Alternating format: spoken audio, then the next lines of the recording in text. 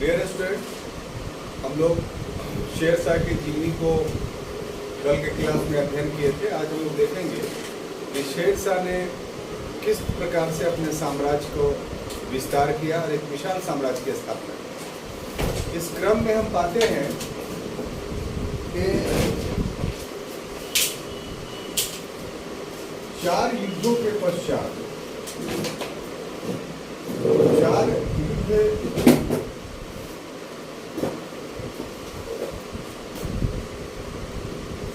बाबर ने लड़े, या इसको बताना उचित नहीं होगा, तो बाबर को तो हम देख चुके हैं। डायरेक्ट आते हैं शेरशाह को कि चौसा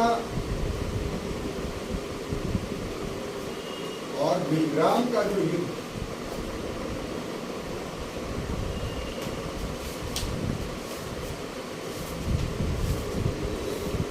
शेरशाह ने जीता।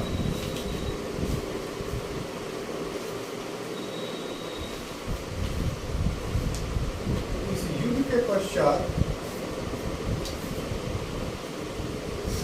इस जीत के पश्चात जो शेरशाह का अधिकार हुआ जिन क्षेत्रों पर, वो मुख्य रूप से आगरा एवं दिल्ली, आगरा प्लस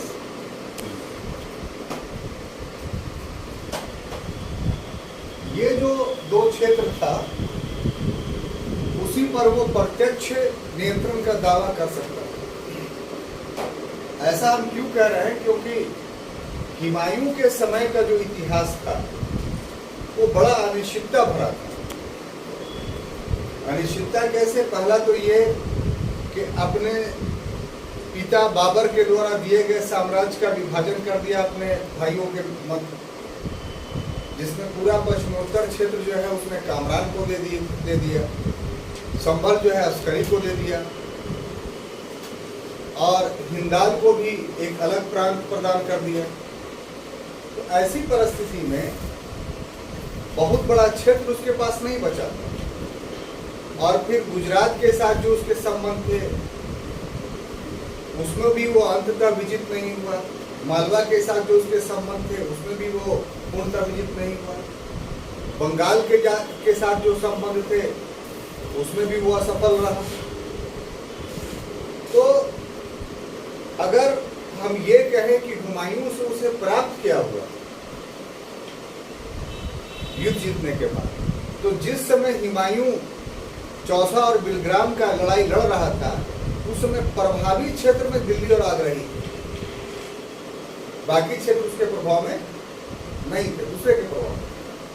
तो इसलिए शेरशाह ने जो उसको चौसा और बिलग्राम के युद्ध में पराजित किया, तो वास्तविक रूप से शेरशाह को जो उत्तराधिकार में मिला, जो उत्तराधिकार कहना गलत होगा, मतलब हुमायूं के बाद जो शासक बना, हुमायूं का जो क्षेत्र उसको मिला, वो प्रभावी रूप से दिल्ली और आगरा का क्षेत्र। अब इसके बाद शेरशाह के लिए बहुत ही अनिवार्य था कि वो अपने साम्राज्य का विस्तार करे, क्योंकि उसकी जो स्थिति थी शासक बनने से पूर्व वो क्या थी, वो कल के क्लास में हम लोग देख चुके थे कि एक बिहार में वो आधिपत्य स्थापित किए और हजरत आला की उपाधि से एक प्रकार से वो शासन कर रहा था।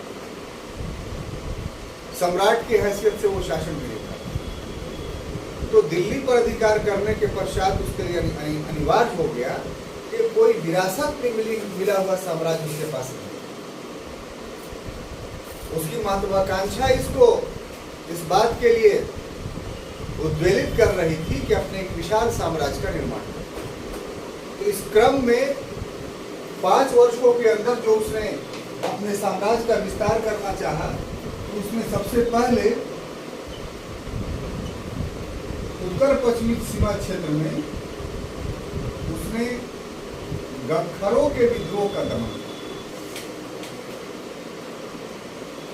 गखरों के विद्रोह का दमन।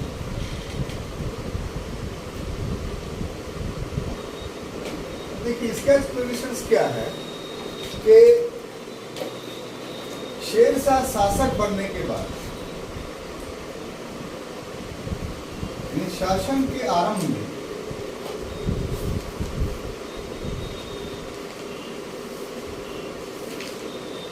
शेरशाह ने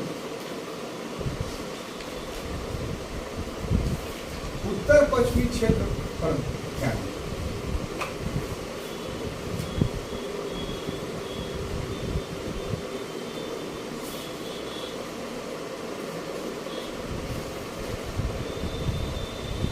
और इसमें जो स्वात की घाटी थी,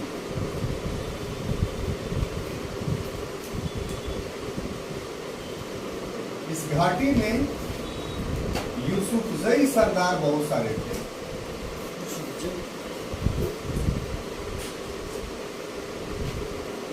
इन सरदारों में फतह खां,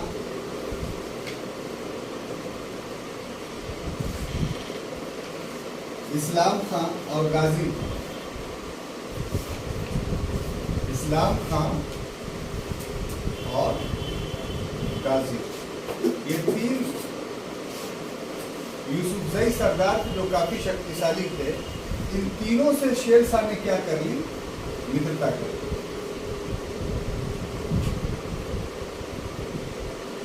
अब इसके बाद जो दूसरा, स्वात घाटी के बाद जो दूसरा क्षेत्र था, जहां ये भी उत्तर पश्चिम क्षेत्र में ही था, वो झेलम और सिंध के बीच का क्षेत्र।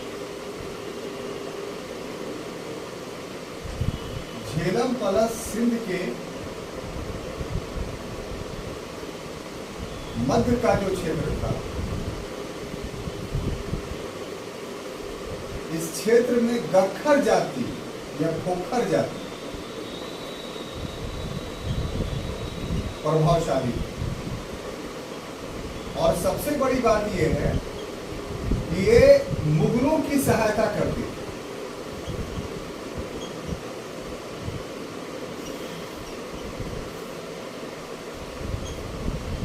तो डर क्या था कि मुगलों की सहायता करती तो हुमायूं या कामरान कोई भी इनका सहयोग लेकर करके शेरशाह के साम्राज्य पर आक्रमण कर सकता। तो इसके कारण से जो है वो शेरशाह ने इनका दमन किया और उत्तर पश्चिम क्षेत्र में, जो उत्तर पश्चिम क्षेत्र था, यहां एक किले का निर्माण किया और वो किला था रोहतासगढ़।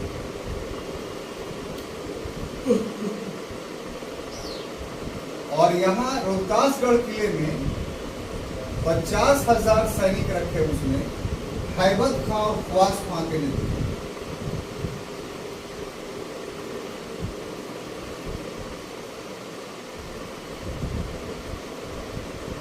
तो ये शेरशाह के साम्राज्यवाद का पहला कदम था, जो आपको महत्व के दृष्टिकोण से समझने की जरूरत है।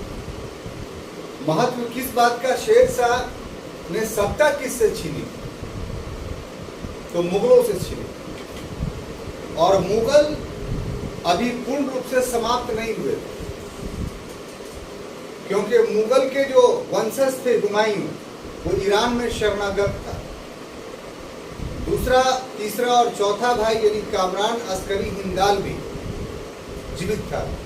इसमें कामरान की स्थिति बहुत मजबूत थी। क्यों?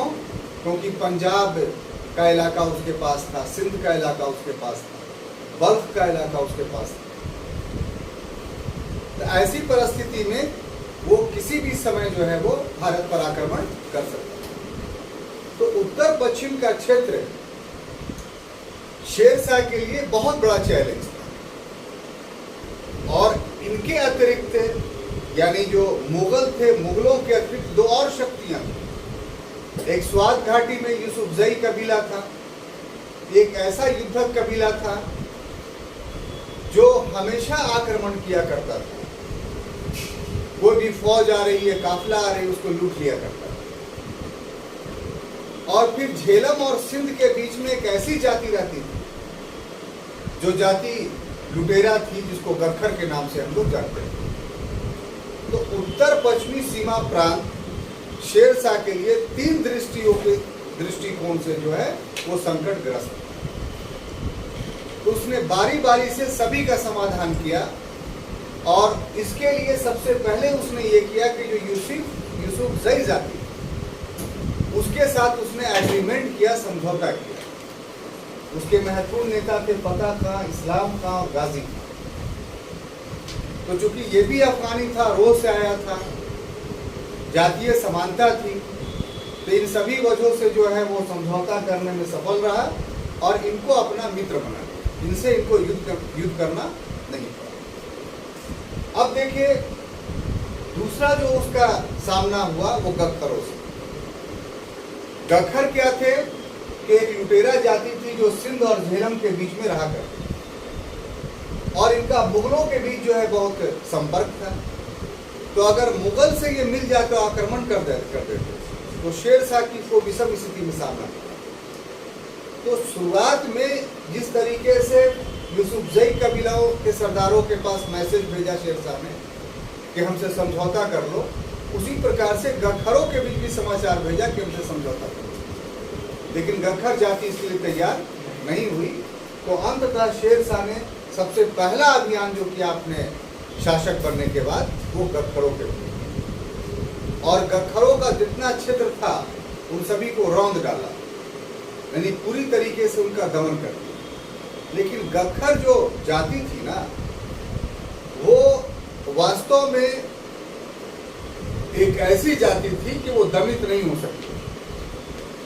तो शक्ति तो कमजोर पड़ गई उसकी, लेकिन पूर्ण रूप से शेरशाह उसको समाप्त करने में सफल नहीं होता।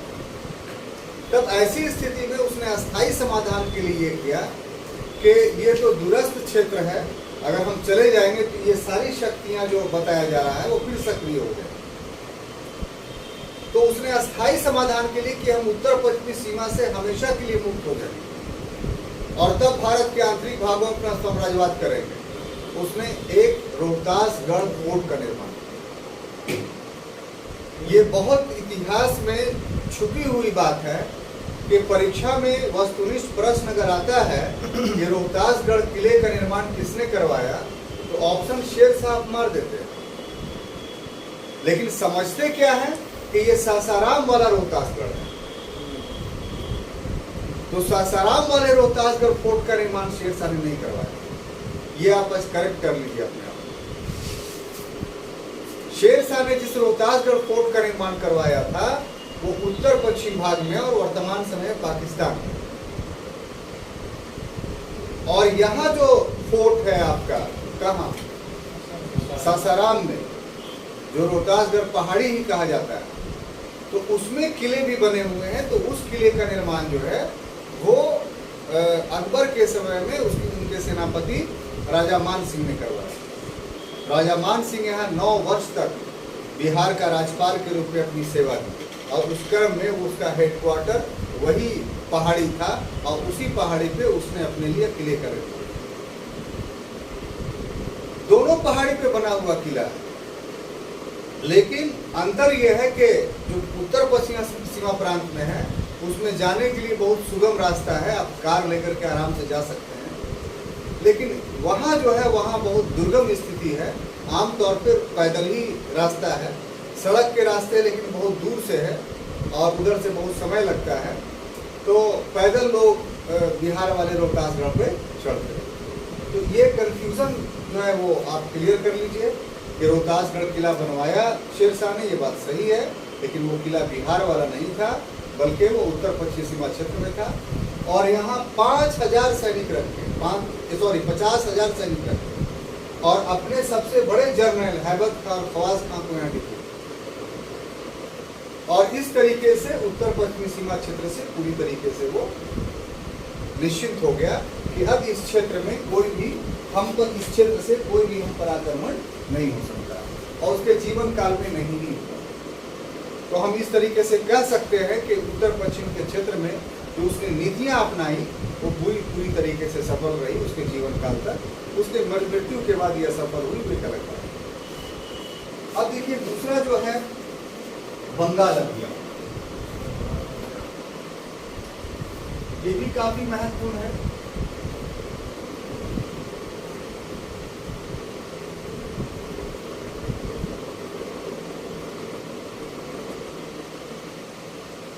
यहाँ का जो शासक था वो खिज्र था।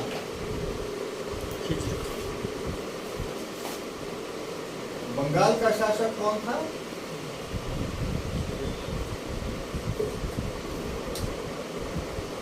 आप जानते हैं कि इसके पूर्व जो शासक था उसका नाम जो है नुसरत शाह, और उसको जो है वो शेर शाह ने अपने सम्राट बनने से पहले ही उसको पराजित कर दिया। और फिर जब हुमायूं गया तो उसने भी उसको पराजित किया और उसकी हत्या की। उसके बाद जो शासक बना था वो खिज्र खान। तो आमतौर पे बंगाल की स्थिति क्या रहती थी कि जब शासक शक्तिशाली है तो अधीनता मानता था, और जब शासक शक्तिशाली नहीं है तो स्वतंत्र हो जाता था। तो जिस पीरियड में हुमायूं था उस समय स्वतंत्र था बंगाल। फिर थोड़े दिन के लिए पराजित किया तो शेर शाह ने उसकी हत्या कर दी। तो वैसी परिस्थिति में खिज्र खान जो बना अगला शासक, ये एक प्रकार से स्वतंत्रता की घोषणा कर दी। इसने कहा कि हम शेर शाह के अधीन नहीं रहे। अब उसने जो स्वतंत्रता की घोषणा की तो इसके विरुद्ध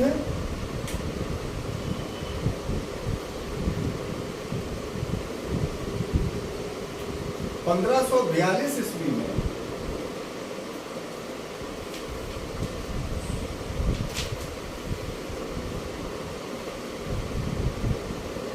बंगाल अभियान,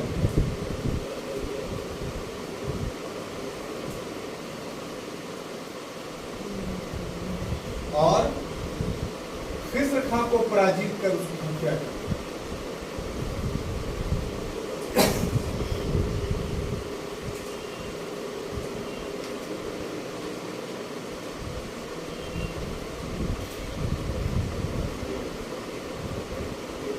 क्या कर दी? हत्या कर दी।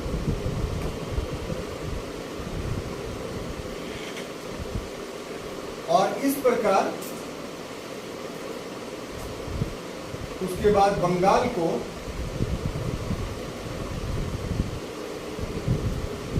दिल्ली सल्तनत में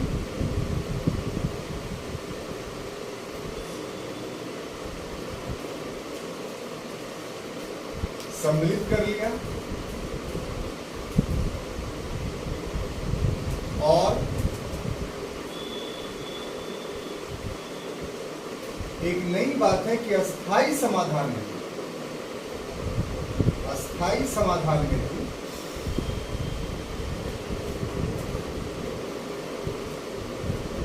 प्रशासनिक सुधार,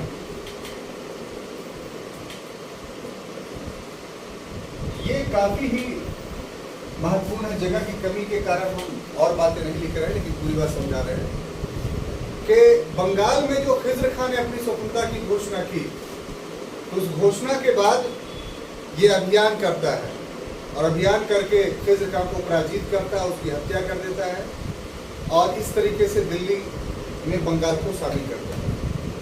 लेकिन यह उसके अभियान का अंत नहीं था।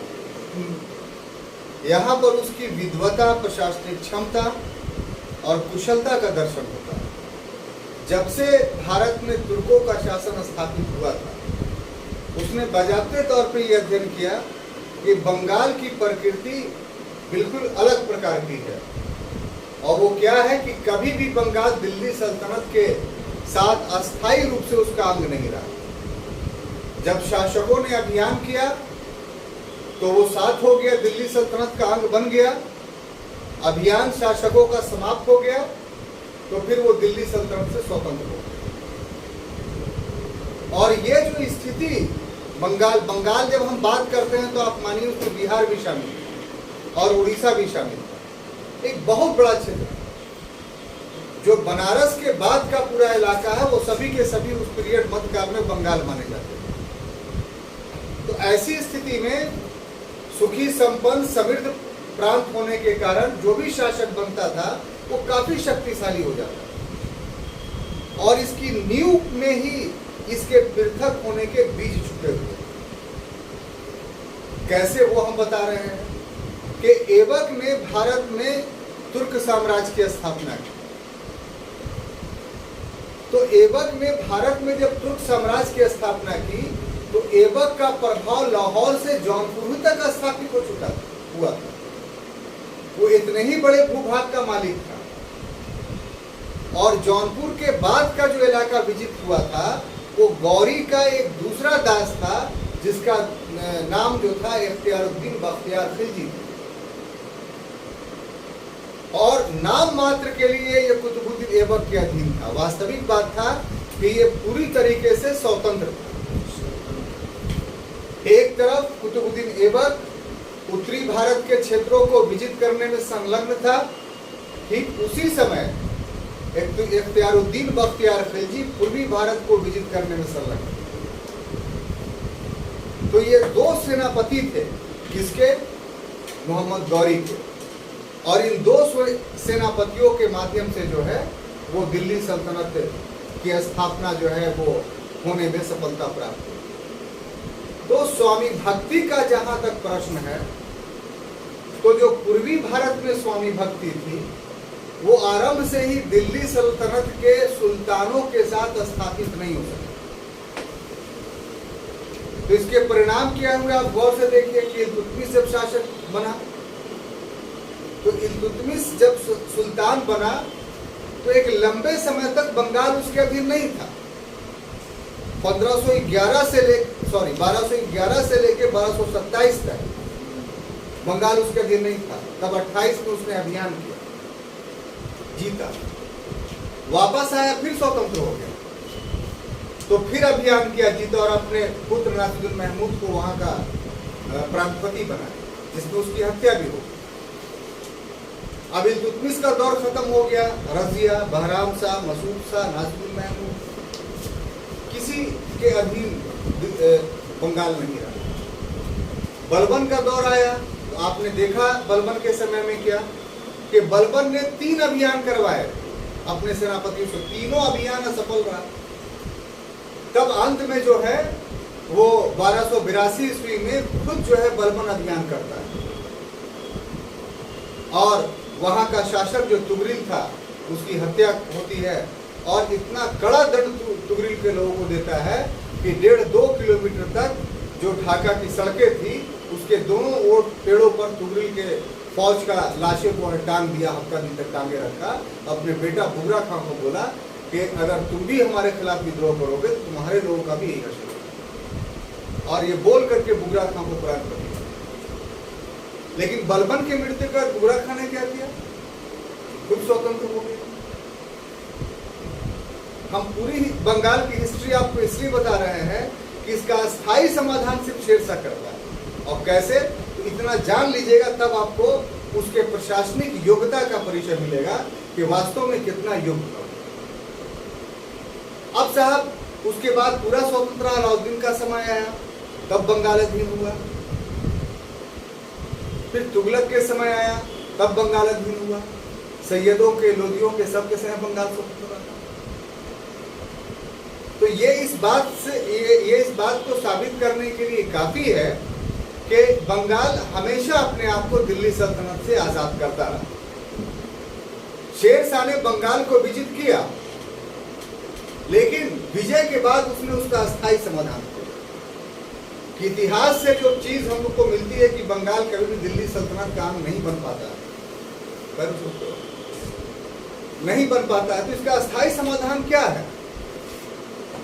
तो उसने अपने विद्वता से एक नई चीज निकाली कि बंगाल के सूबा के अस्तित्व को समाप्त कर। कैसे? तो बंगाल को 19 क्षेत्रों में बांट दिया। 19 क्षेत्र का मतलब 19 जिला, डिस्ट्रिक्ट। और हर डिस्ट्रिक्ट में 2 पदाधिकारी उसने नियुक्त, शिकदाराने शिकदारान और मुंसिफे मुंसिफान। शिकदाराने शिकदारान कार्यपालिका का अधिकारी था, यानी लॉ एंड ऑर्डर मेंटेन करता था, टैक्स कलेक्ट करता था। और मुंसिफे मुंसिफान न्यायिक अधिकारी था, यानी दीवानी और फौजदारी मुकदमों का फैसला करता था। और सबसे बड़ी बात है कि 1900 सिकदारा और मुंसिफे मुंसिफान की नियुक्ति शेरशाह खुद करता है। यानी 19 जिले जो थे, जो बंगाल को बांटा गया, वो डायरेक्ट शेरशाह के कंट्रोल में। अब एक आदमी उसका मालिक है ही नहीं है, कितना आदमी मालिक है? 19। तो 19 जब मिलेगा तब ना बंगाल अलग होगा। और 19 आपस में मिले नहीं, इसके देखने के लिए उसने एक नया पद सृजित किया जिसको अमीराने बंगाल कहा गया। और इस पर सबसे पहले एक बहुत ईमानदार व्यक्ति को बैठाया जिसका नाम काजी फजीला है। इसका काम सिर्फ ये था कि 1900 सिकदारान और मुंसिफान पे नियंत्रण रखना, उसकी गुप्तचरी करना कि आपस में लोग मिल करके कोई गठबंधन तो नहीं बना रहे हैं। ऐसा भी हो सकता था कि 19 मिल जाए कि 19 में एक सरदार तुम हो जाओ और बाकी ये सब जिले रहेंगे ही और तुमको हम लोग नेता मान करके हम लोग स्वतंत्र हो जाते हैं। तो ये षड्यंत्र नहीं कोई रचे, इसके लिए अमीराने बंगाल की स्थापना की गई और काजी फजीलात को नियुक्त किया गया। और ये इतना व्यवहारिक था कि उसके बाद फिर बंगाल में कभी भी विद्रोह नहीं। और आगे आने वाले समयों में जो है वो मुगल भी इसी नीति पर चलते रहे। और आप जो देखते हैं वर्तमान समय में या मध्यकाल में, आप देखेंगे कि बहुत छोटे छोटे पॉकेट में बिहार और बंगाल में राजाओं का अस्तित्व पाया जाता है। क्यों पाया जाता? क्योंकि यही जो डिस्ट्रिक्ट थे बाद में चल करके ब्रिटिश पीरियड में जब मुगल नहीं रहे तो यही लोग स्थानीय राजा के रूप में कन्वर्ट हो गए। इसीलिए बिहार के क्षेत्र में भी और बंगाल के क्षेत्र में भी अलग अलग राजाओं का अस्तित्व आपको मिलेगा। उसका बीजारोपण कहाँ हुआ था? तो शेरशाह के द्वारा इसी 1542 ईस्वी में। तो है ना इंपॉर्टेंट आपके लिए बंगाल का ये सेक्शन। और ये उसकी बुनियाद थी प्रशासन पे कंट्रोल करना। जब शेरशाह का प्रशासन देखेंगे तो उस समय ये द्वंद्व उभरेगा कि क्या शेरशाह के समय में सूबे का अस्तित्व था, ये उसकी क्या स्थिति। तो उस समय हम लोग देखेंगे कि वास्तविक स्थिति क्या थी। अभी बंगाल के कंटेक्स्ट में इतनी ही बातें आप जानिए। अब देखिए दूसरा जो था वो था मालवा अभियान, तीसरा टॉपिक।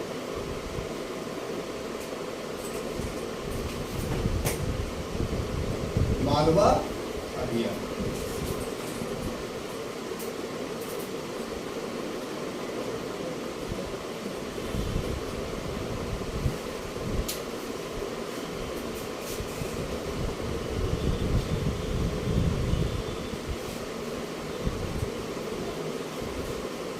देखिए मालवा जो था ये सामरिक दृष्टिकोण से काफी महत्वपूर्ण है।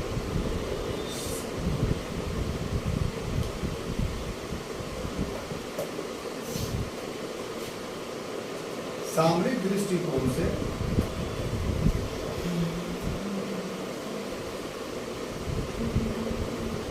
महत्वपूर्ण। हम ऐसा क्यों कर रहे हैं? क्योंकि राजस्थान से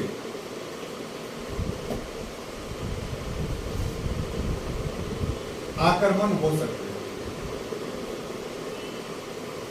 और यहां का जो शासक था वो था मल्लू खां।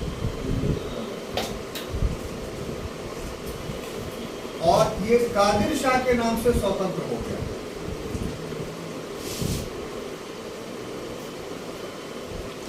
कादिर शाह के नाम से इसने स्वतंत्रता की घोषणा कर दी।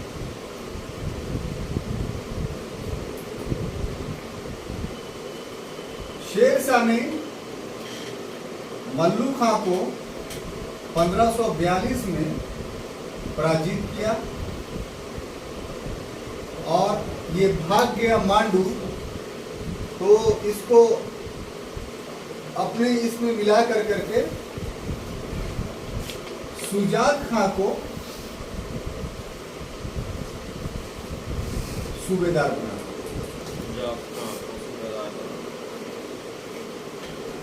तो मालवा अभियान के पीछे जो तथ्य जिम्मेदार है वो क्या, कि मालवा दिल्ली के बगल में ही स्थित है, एक रियासत थी। जो चंदेरी अभियान आप लोग बाबर का पढ़े हैं, तो चंदेरी इसी इलाके में स्थित था और उसी का विजय जो है बाबर ने किया था। वो तो खत्म हो गया। अब यहाँ का शासक जो था, ये इलाका महत्वपूर्ण क्यों था, तो ये एक्चुअली में बफर स्टेट था। इसकी स्थिति क्या थी, बफर स्टेट। बफर स्टेट उसको कहते हैं कि जो दो शक्तिशाली राज्यों के बीच में एक कमजोर राज्य, और जब तक उसकी स्थिति रहेगी तब तक दो शक्तिशाली राज्य का अस्तित्व बना रहेगा। उस पर किसी ने कब्जा कर लिया तो जो कब्जा करेगा वो दूसरे शक्तिशाली राज्य पर कब्जा कर लेगा। ये बफर स्टेट के राजनीति का नियम है। अब राजस्थान एक शक्तिशाली क्षेत्र था जहां राजपूतों का शासन था, और राजपूतों से लड़ाई दिल्ली सल्तनत वालों की हमेशा होती रहती थी। राजपूत पूर्ण रूप से पराजित नहीं हुए थे अभी, इसलिए मालवा के क्षेत्र से संभावना रहती थी कि दिल्ली सल्तनत पर आक्रमण हो। तो इस कारण से कहा जाता है कि सामरिक दृष्टिकोण से मालवा काफी दिल्ली सल्तनत के लिए काफी महत्वपूर्ण। अब उसी समय, जिस समय चंदेरी के युद्ध के बाद जो यहाँ शासक बना वो मल्लू खां बना। तो जब तक शासक शक्तिशाली रहे उसके अधीनता का दावा करता रहा है। लेकिन जैसे ही राजनीतिक अस्थिरता, राजनीतिक अस्थिरता का मतलब क्या, कि हुमायूं और शेरशाह के बीच जो संघर्ष हो रहा था, तो ये संघर्ष दो क्षेत्रों में, एक बंगाल के क्षेत्र में, गुजरात के क्षेत्र में हो रहा था। तो हुमायूं गुजरात में भी व्यस्त रहा, बंगाल में भी व्यस्त रहा। तो ये 20 का जो पीरियड था, उस पीरियड में मल्लू खां ने अपने आप को स्वतंत्र घोषित कर दिया और कादिर शाह के नाम से शासन करना शुरू किया। तो जब बिलग्राम या कन्नौज के युद्ध के बाद राजनीतिक क्षेत्र में स्थिरता आई और नया शासक बना शेरशाह, तो इस सामरिकता को उसने ध्यान में लिया कि यहाँ स्वतंत्र शासक रहना हमारे हक में नहीं है। यदि वो वहाँ मिल गया राजपूतों के साथ, तो फिर दोनों मिल के अगर हमला कर देता है तो हम पराजित। और ये था कौन, तो मुगल था, इसलिए इस पर यकीन नहीं किया जा सकता। तो इस कारण से मल्लू खां पर आक्रमण किया, इसको पराजित किया। अपराजित करने के बाद मालवा को दिल्ली सल्तनत में शामिल कर लिया और अपने व्यक्ति सुजात खां को यहाँ का सूबेदार बोलो।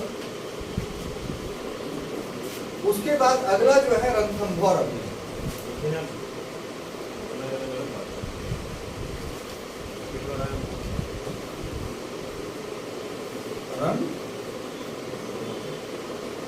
रणथंभौर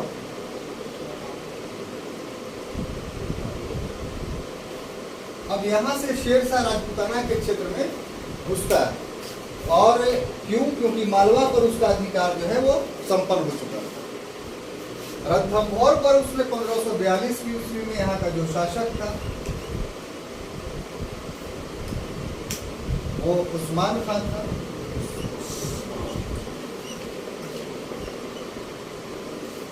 और यहाँ 1542 ईस्वी में आक्रमण कर उस्मान खां को पराजित करता है और पराजित करने के पश्चात यहाँ आदिल शाह को अपना सूबेदार बनाता है। आदिल शाह इसका बड़ा पुत्र का नाम।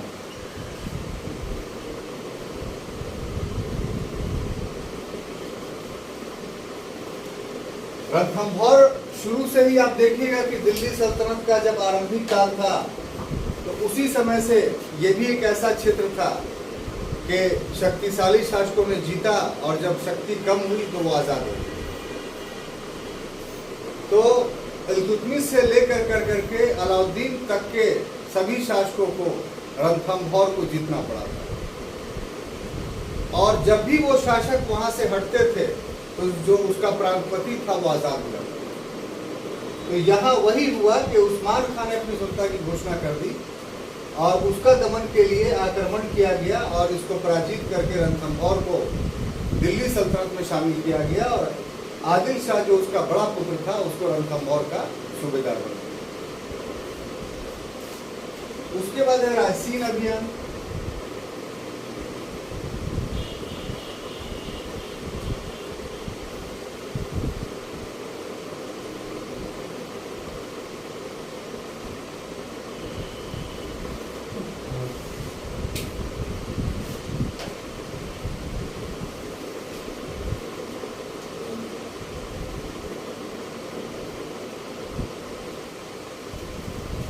देखिए, रायसीन का जो किला था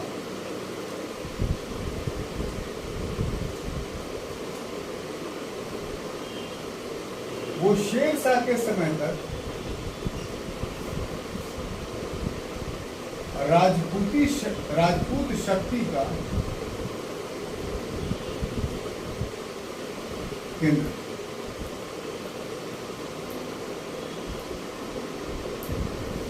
इस समय शेर शाह के समय में ये किला का जो शासक था वो पूरनमल।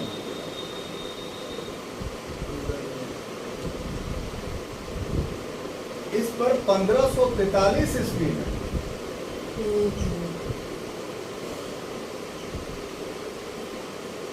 शेर शाह ने आक्रमण किया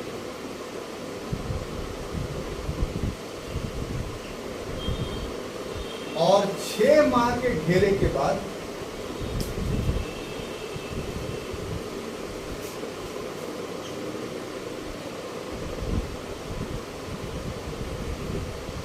धोखे से किले को जीता, युद्ध से नहीं जीता।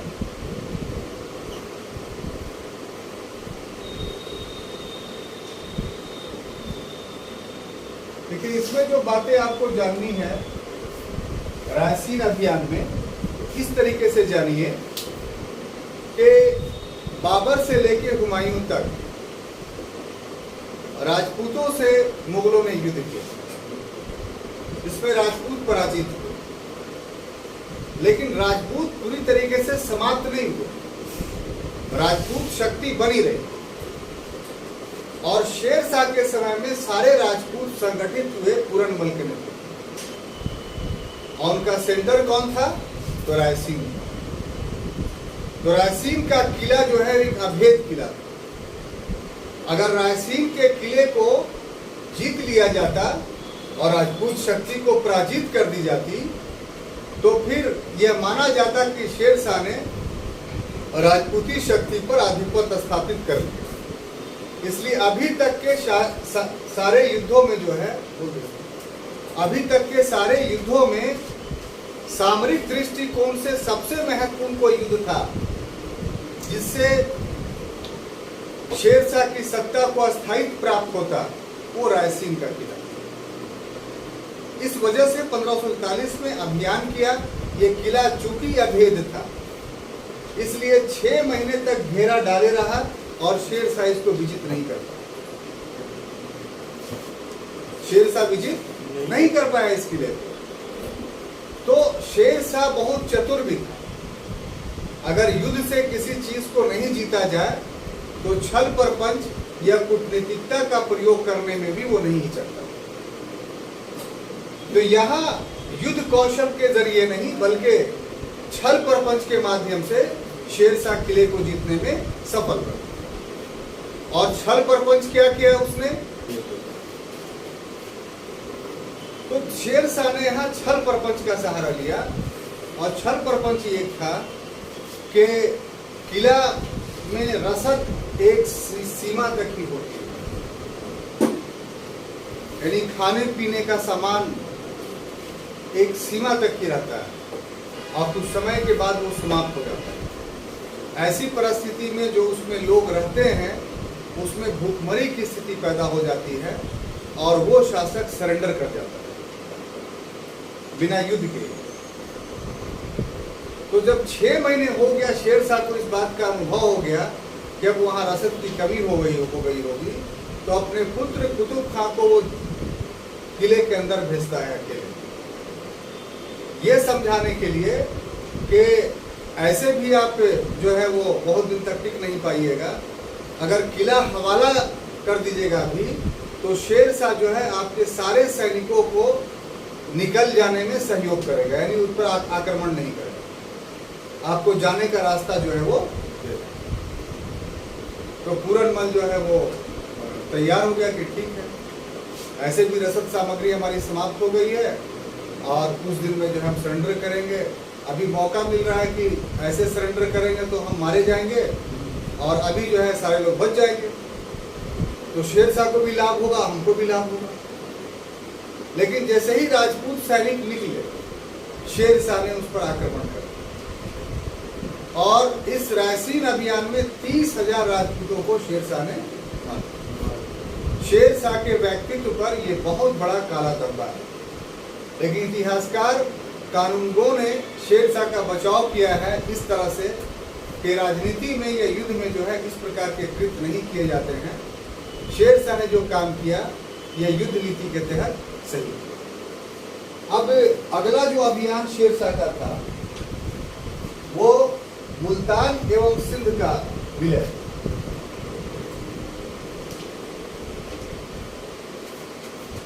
मुल्तान एवं सिंध का,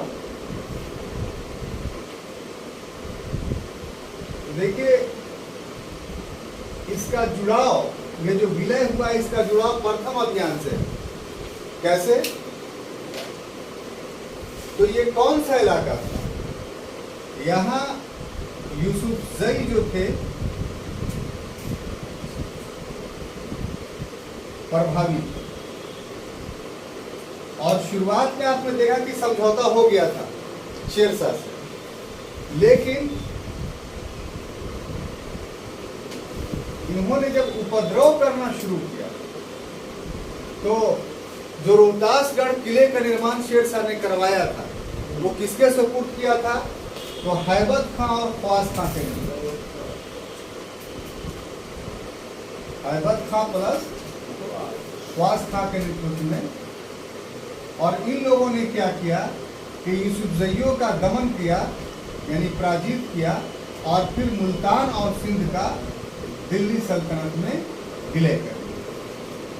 यानी पश्चिमोत्तर भारत में अब पूरी तरीके से जो है वो इसके कंट्रोल में आ। गख्खर को ये दमन कर ही चुका था।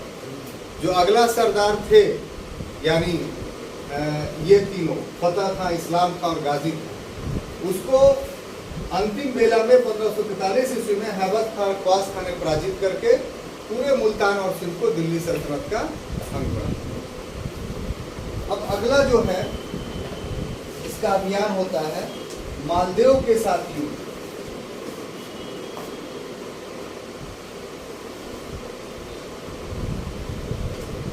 मालदेव के साथ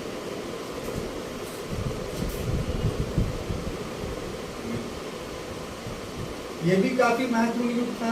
क्यों? कि मेवाड़ का जो शासक था राणा सांगा या संग्राम सिंह, जिससे बाबर का मुकाबला हुआ, तो उसके बाद मेवाड़ के बाद मारवाड़ शक्तिशाली हो गया था राजपूताना, और यहाँ का जो राजधानी थी वो जोधपुर, और यहाँ का शासक जो है वो महलक देव था। और ये जो मारवाड़ था ये राजपूती शक्ति का केंद्र था।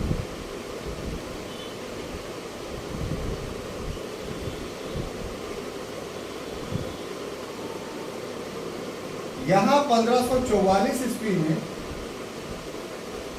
अभियान होता है और इसका भी विजित कर लिया जाता है।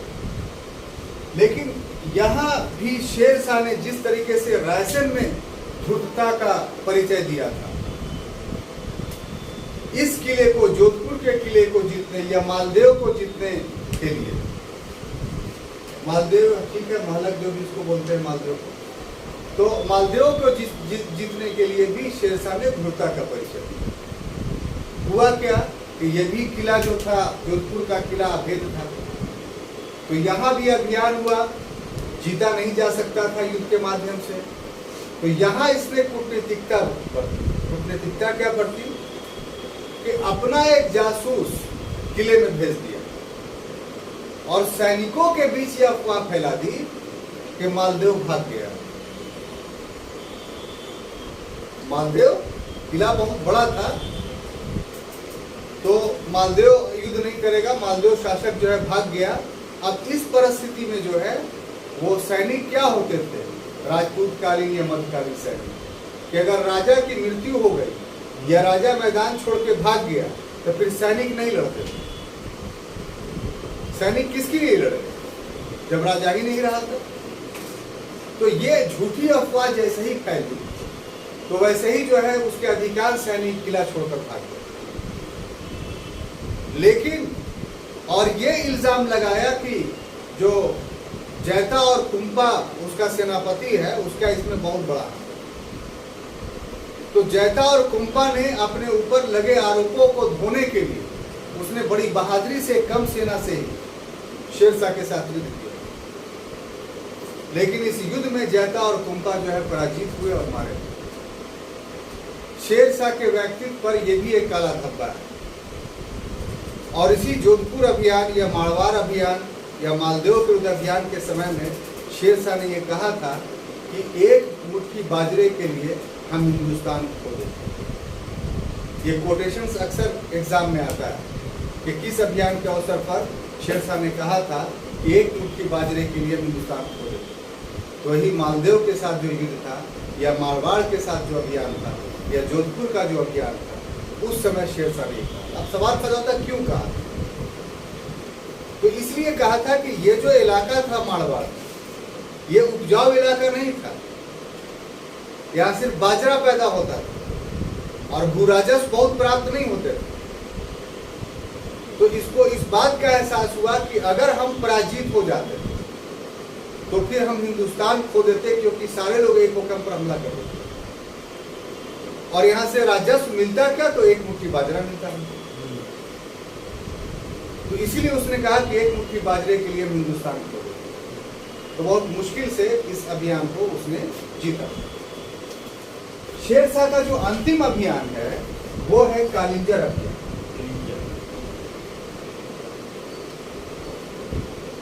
कालिंजर ये 1545 ईस्वी में शेरशाह का अभियान होता है और ये सबसे उसका अंतिम अभियान। यहाँ का जो शासक था वो कीरत सिंह।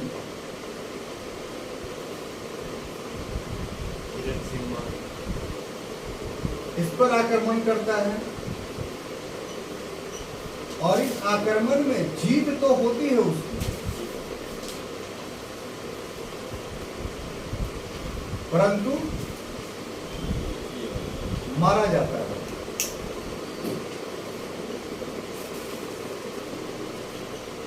अब ये कैसे, ये बड़ा रोचक कहानी है। और रोचक कहानी ये है कि कालिंजर जो है, अगर कालिंजर रियासत की बात कीजिए आप, तो कालिंजर रियासत मध्य प्रदेश में, लेकिन कालिंजर का किला मध्य प्रदेश में नहीं, ठीक है। कालिंजर का किला उत्तर प्रदेश में, अभी के का जो ज्योग्राफी, जो कालिंजर रियासत था वो पूरा का पूरा जो है वो मध्य प्रदेश में स्थित है, लेकिन जो उसका किला है वर्तमान समय वो मध्य प्रदेश में नहीं है, वो उत्तर प्रदेश में। इसलिए ऑब्जेक्टिवली क्वेश्चन जो है अक्सर पूछता है कि कालिंजर का किला जो है किस राज्य में स्थित है, और लोग गलत मार के आते हैं। तो आप यहीं पर करेक्ट कर लें कि कालिंजर रियासत तो मध्य प्रदेश में था, लेकिन कालिंजर का किला जो था वो उत्तर प्रदेश का किला। अब देखिए ये कि जितने भी किले थे राजपूतों के, उसमें सबसे अभेद किला कालिंजर का किला, बिल्कुल खड़ा। झांसी का किला भी है लेकिन उसमें जाने के रास्ते हैं, लेकिन ये ऐसा किला है कि बिल्कुल अभेद है। इसको जीत पाना, कहा जाता है कि 70 शासकों ने इस किले पे आक्रमण किया लेकिन कोई भी नहीं जीता। इतना अभेद था। और सामग्री भी बहुत इसमें रहती थी, जल की भी पर्याप्त व्यवस्था थी, तो इस वजह से बहुत लंबे समय तक ये एग्जिस्ट कर सकता था दुश्मनों के साथ। शेर शाह को ये बात मालूम था, तो 6 महीने घेरे के बाद जब नहीं हुआ तो शेर शाह ने कहा कि बारूद से ही किले को उड़ा दे। तब बारूद भी छाया। उस समय इसके पास जो था वो मुगलों के तरह तोप नहीं था, उसका छोटा रूप था जिसको उक्का बोलते। उस उक्का में बारूद भर कर करके, गोला भर कर करके वो चलाता था। उसकी गलती ये थी कि बारूद के ढेर पर ही वो बैठ करके उक्का चला रहा,